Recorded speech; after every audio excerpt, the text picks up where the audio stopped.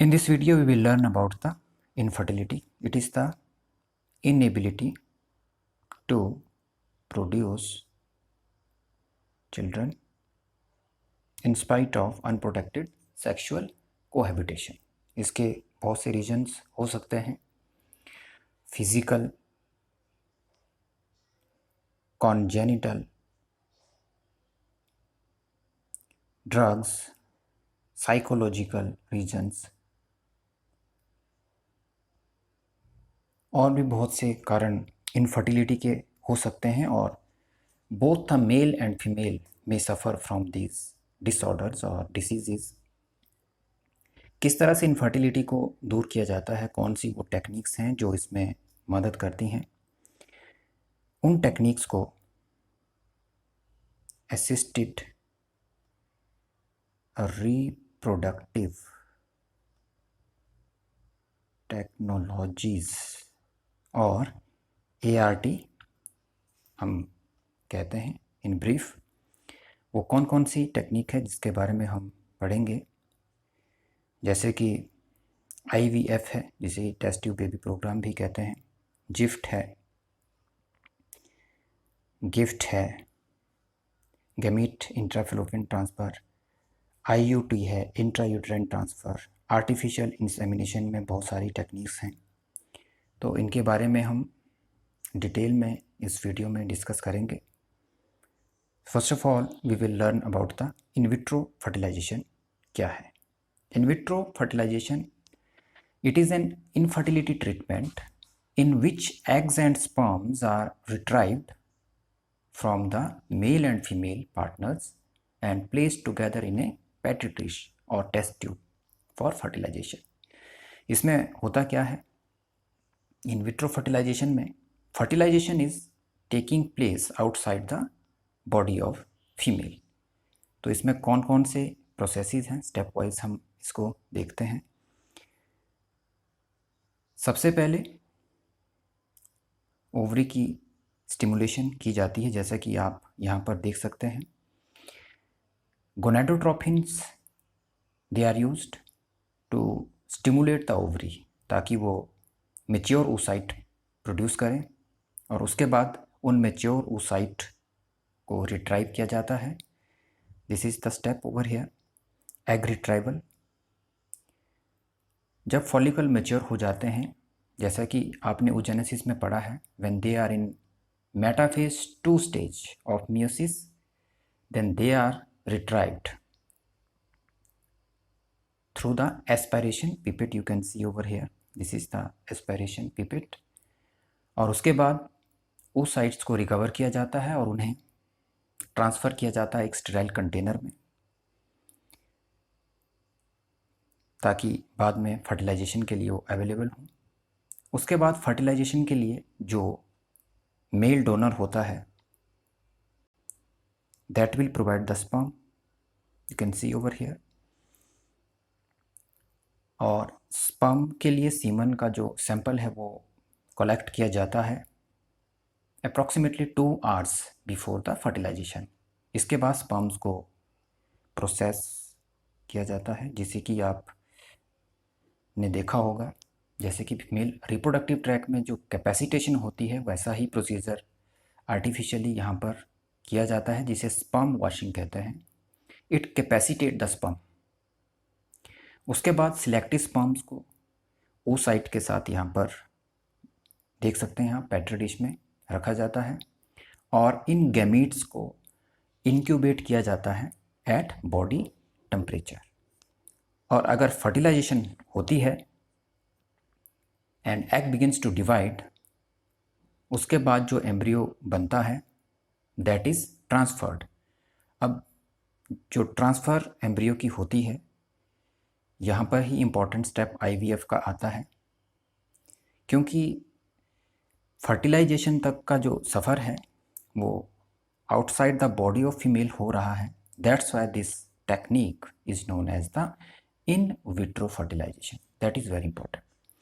उसके बाद जब एम्ब्रियो यहाँ पर बनना शुरू हो जाता है, तो 2 टेक्निक जो ट्रांसफ़र करने की है उसके बारे में हम यहाँ पर देखेंगे। First one we will discuss is the zygote intrafallopian transfer, ये एम्ब्रियो ट्रांसफ़र की एक टेक्निक है जिसमें कि if the embryo is up to 8 blastomere stage, then it is transferred into the fallopian tube. Remember, that technique is zygote intrafallopian transfer. And if the embryo has reached more than 8 blastomeres, you can see over here, then that embryo is transferred into the uterus. You can see intrauterine transfer. So you can see कि difference क्या है zygote intrafallopian transfer में और intra uterine transfer में। ऐसा आपने पहले भी नेचुरल प्रोसेस में देखा है कि जब जाइगोट से क्लीवेज जब उसमें होती है और एम्ब्रियो बनता है, so up to 8 to 16 blastomere जो स्टेज होती है, that is the morula stage.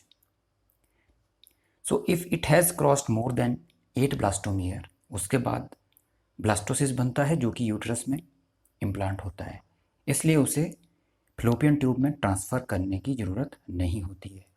So these are the two techniques जो इन विट्रो फर्टिलाइजेशन में होती है, जिसमें कि जाइगोट की formation you can see outside the body of female होती है, और जब जो फर्टिलाइजेशन के बाद एम्ब्रियो बनता है उसे बाद में ट्रांसफ़र किया जाता है फीमेल में, so that the infertile couple can have the children. So it was all about the in vitro fertilization. फिर से मैं स्टेप्स क्लियर कर देता हूँ. सबसे पहले ओवरी को स्टिमुलेट किया जाएगा ताकि उसमें मेच्योर बहुत सारे oocyte बने जो कि सेकेंडरी oocyte की स्टेज में होते हैं, secondary oocyte stage.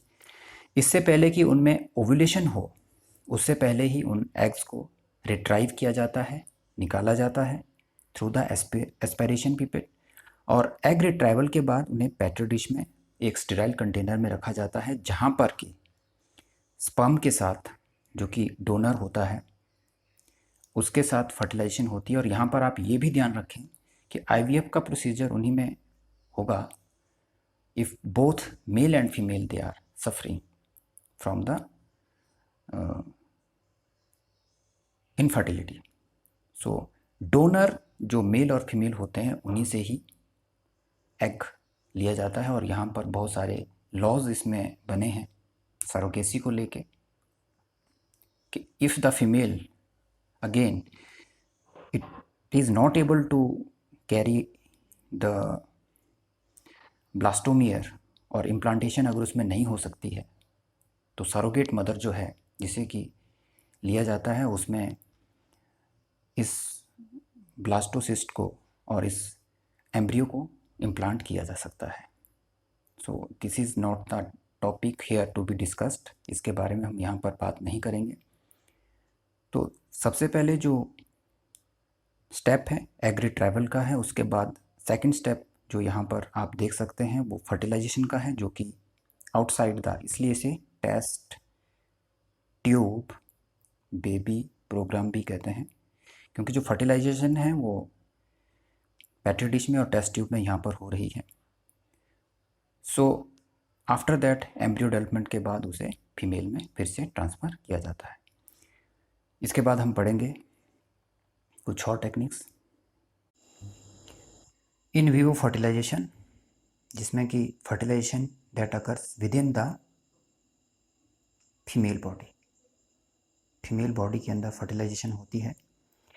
Where as in vitro fertilization, जो फर्टिलाइजेशन है that occur outside the body of female, that is in test tube. Next technique जो हम डिस्कस करेंगे दैट इज़ द गिफ्ट, और इस टेक्निक का यूज़ हम कब करते हैं, जब फीमेल जो है एग प्रोड्यूस नहीं कर सकती है. हालांकि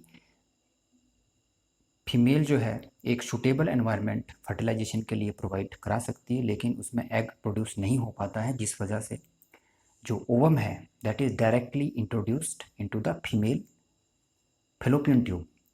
That technique is known as gamete intrafallopian transfer, and it differs from zygote intrafallopian transfer, क्योंकि उसमें जाइगोट का ट्रांसफ़र होता है जो कि IVF का एक पार्ट है। Next one is the intracytoplasmic injection, जिसमें कि स्पर्म जो है डायरेक्टली इंजेक्ट किया जाता है ओवम में, you can see over here. और ये किस केस में होता है? जब कि मेल में लो स्पर्म काउंट होता है, और उस कंडीशन को ओलिगोस्पर्मिया भी कहते हैं। और लो स्पर्म काउंट होने की वजह से जो सीमन है वो उसका सैंपल कलेक्ट किए जाते हैं, और उसको इंट्रोड्यूस करने के दो और तरीके भी हैं। That is the artificial insemination, जिसमें कि सीमन का सैंपल जो कलेक्ट किया जाता है that is from the healthy donor, that is introduced either into the vagina और इनटू द यूट्राइन और uterus of female, and based on that the technique is known as intrauterine insemination। तो इस तरह से ये जो टेक्निक्स हैं आपने भी जो पढ़ी, ये बहुत ही इंपॉर्टेंट है, नीट के एग्ज़ाम में भी पूछी जाती हैं। जितनी भी ये टेक्निक्स हैं they are extremely they are expensive and they require professional to do all the procedures, so that's why India have few centers in the country। So you learn all these techniques well, watch the video time and again, ताकि आपको ये जो techniques है वो अच्छे से समझ आए। नेक्स्ट हम जो डिस्कस करेंगे वो कुछ नीट के क्वेश्चन होंगे इस टॉपिक के बेस के ऊपर। Now some NEET MCQ। In vitro fertilization uses which one of the following techniques? इनमें से कौन सी टेक्निक जो है इन विट्रो फर्टिलाइजेशन के द्वारा यूज़ की जाती है? Right answer is zygote intrafallopian transfer. तो आप वीडियो को अच्छे से देख लें, you will find the answer over there. Second question is in vivo fertilization. ध्यान रखें, इन वीवो फर्टिलाइजेशन क्या है? जब फर्टिलाइजेशन फीमेल की बॉडी के अंदर होती है, बाहर नहीं होती है। Clear? So right answer is inside the body of female. Next question is gift technique is recommended for those female. किस फीमेल के लिए, किन फीमेल के लिए ये रिकमेंड की जाती है technique? Right answer is who can not produce the ovum. उस केस में डोनर फीमेल से एग लिया जाता है और उसे डायरेक्टली फिलोपियन ट्यूब में ट्रांसफ़र किया जाता है। आप यहाँ पर देख सकते हैं कि डायरेक्ट फिलोपियन ट्यूब में ही ट्रांसफ़र क्यों किया जाता है, जैसे कि गिफ्ट है, जिफ्ट है। इसका कारण ये है because the fertilization takes place in the fallopian tube in the ampulla isthmus region. That is the reason why the zygote is transferred into that location।